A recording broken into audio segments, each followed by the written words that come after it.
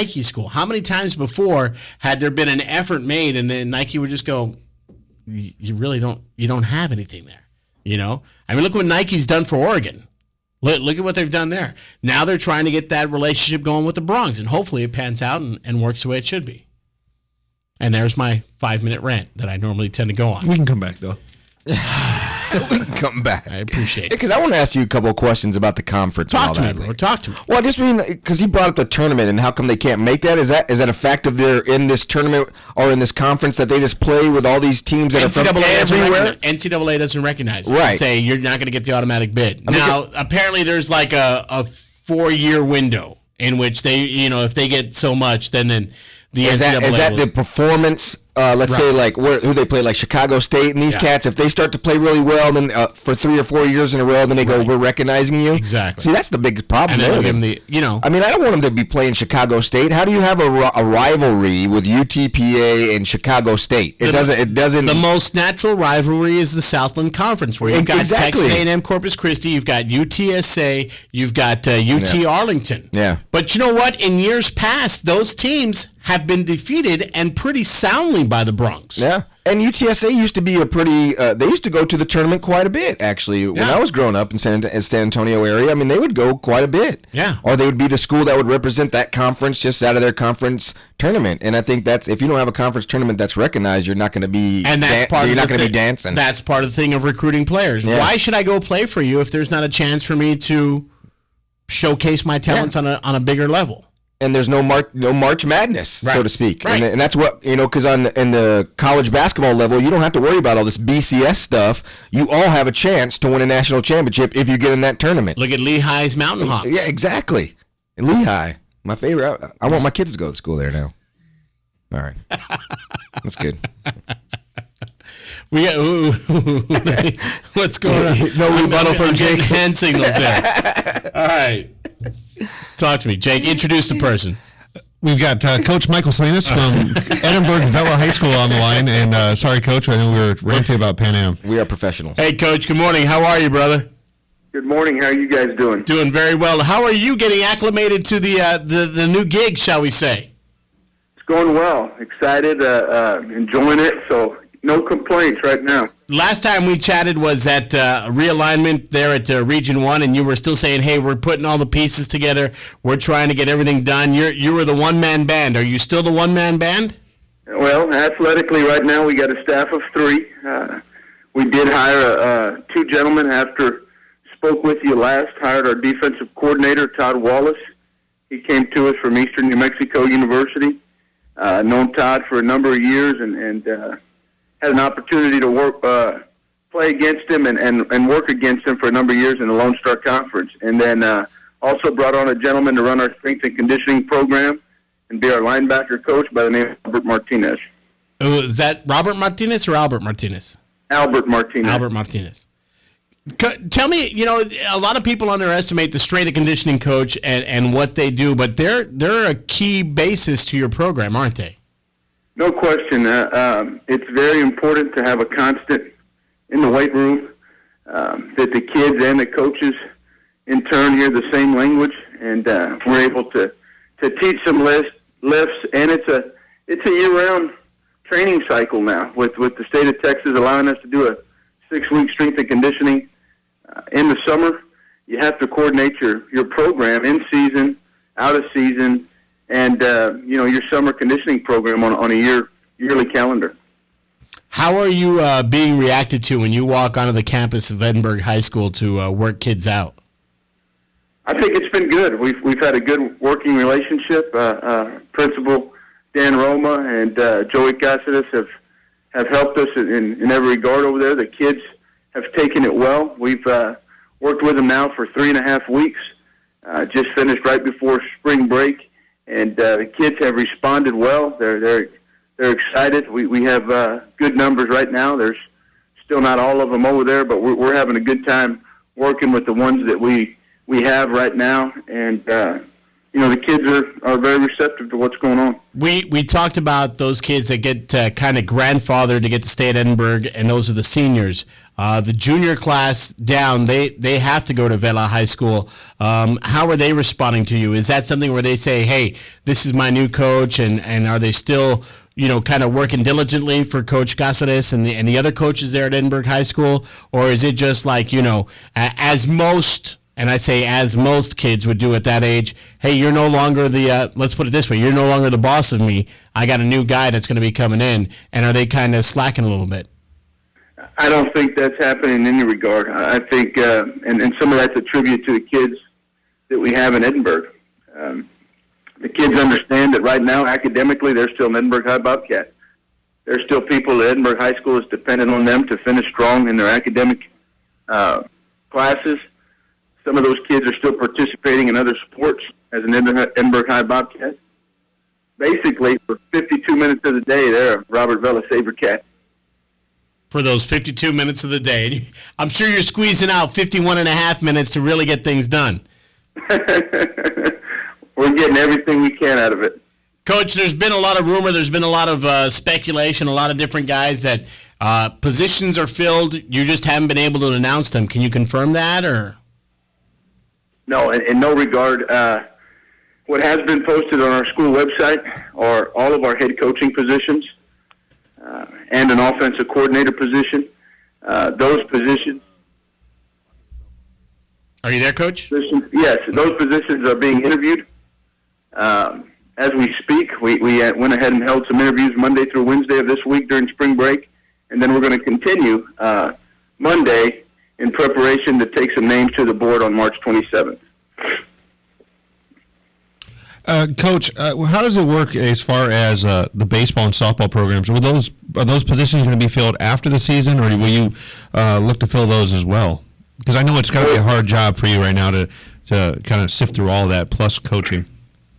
Sure, we're doing everything from ordering to planning the off season with the kids at Edinburgh High School, and trying to coordinate some stuff with our junior high programs. And by the same token, we are going to interview for every one of our head coaching positions and try to take those to the board for recommendation on March 27th. Wow! So in 10 days, you hope to have everything filled out, ready to go, and have your staff in place, shall we say? As far as our head coaching positions, yes. As far as your head coaching positions, any early leaders, any early favorites that you can divulge a little bit? No, Tony, that's a personnel issue. I got to leave it with personnel. Coach, I'm fishing, Coach. I'm trying because I had a gentleman come up to me the other day, just out of the blue. I don't know this man from Abraham. He comes up to me and he says, "This guy's going to get the job at the new Edinburgh Vela High School," and it was like, "Oh, okay, thank you." So I immediately reached out to him and I said, "Hey, I understand that you've got," and his thing was, "Dude, I have no idea what you're talking about."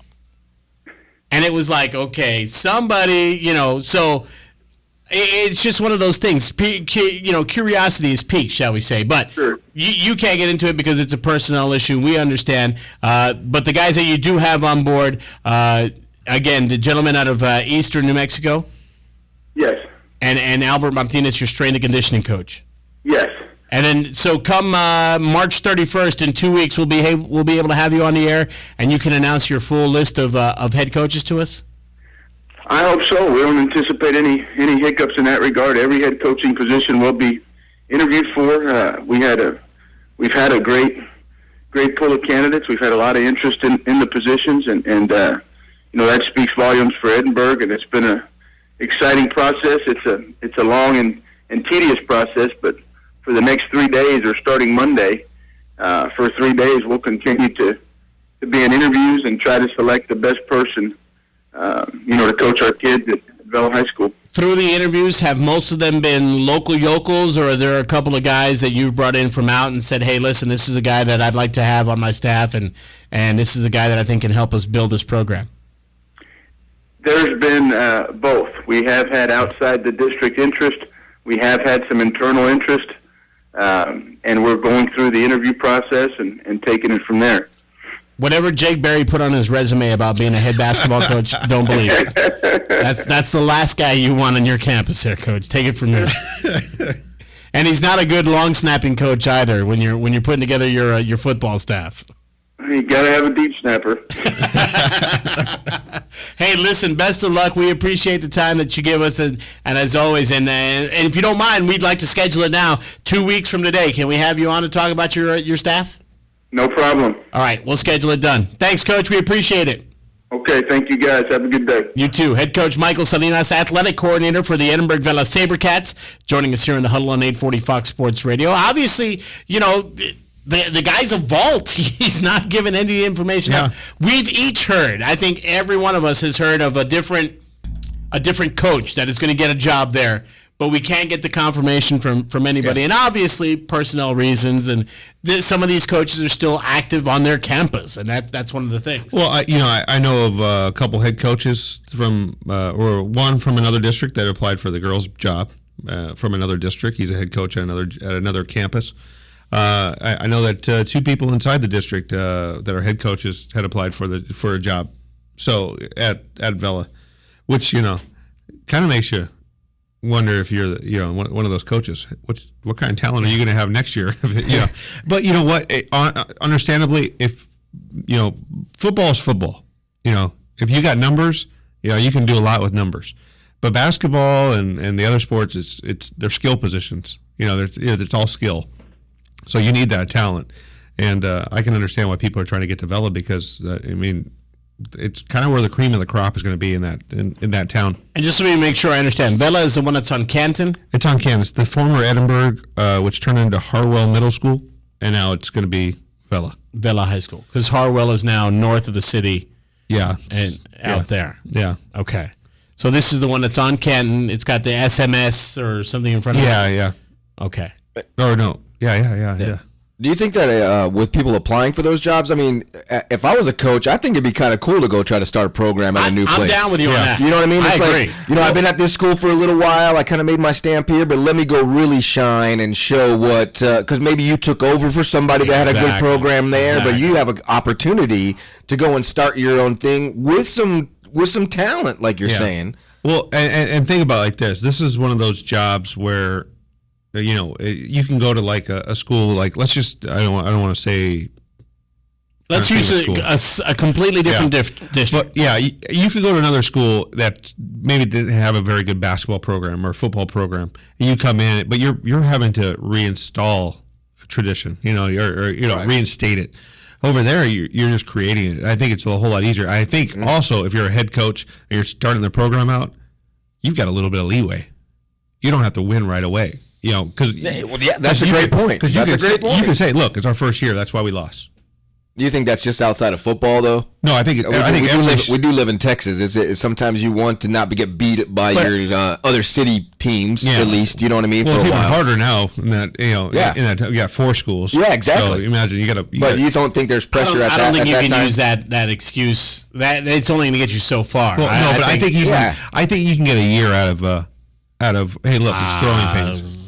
Because most programs. Think about this. Every time you add a program, La Jolla's when they put in those schools, those coaches got 2 years. 2 years, and that's hard. Because most coaches that take over a college program, they get 3 years before they're out the door, or the program's running. So I think at Vela, you're going to get 3 years. There's going to be a lot more pressure on you now. I think the pressure goes off of Edinburgh now.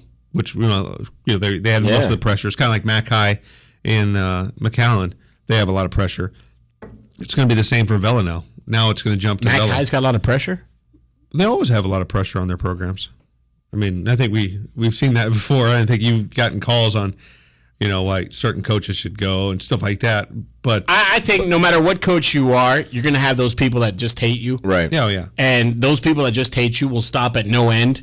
And you don't even have to be a coach. You could be a radio guy, or you could be a newspaper guy, or you could be a cop. And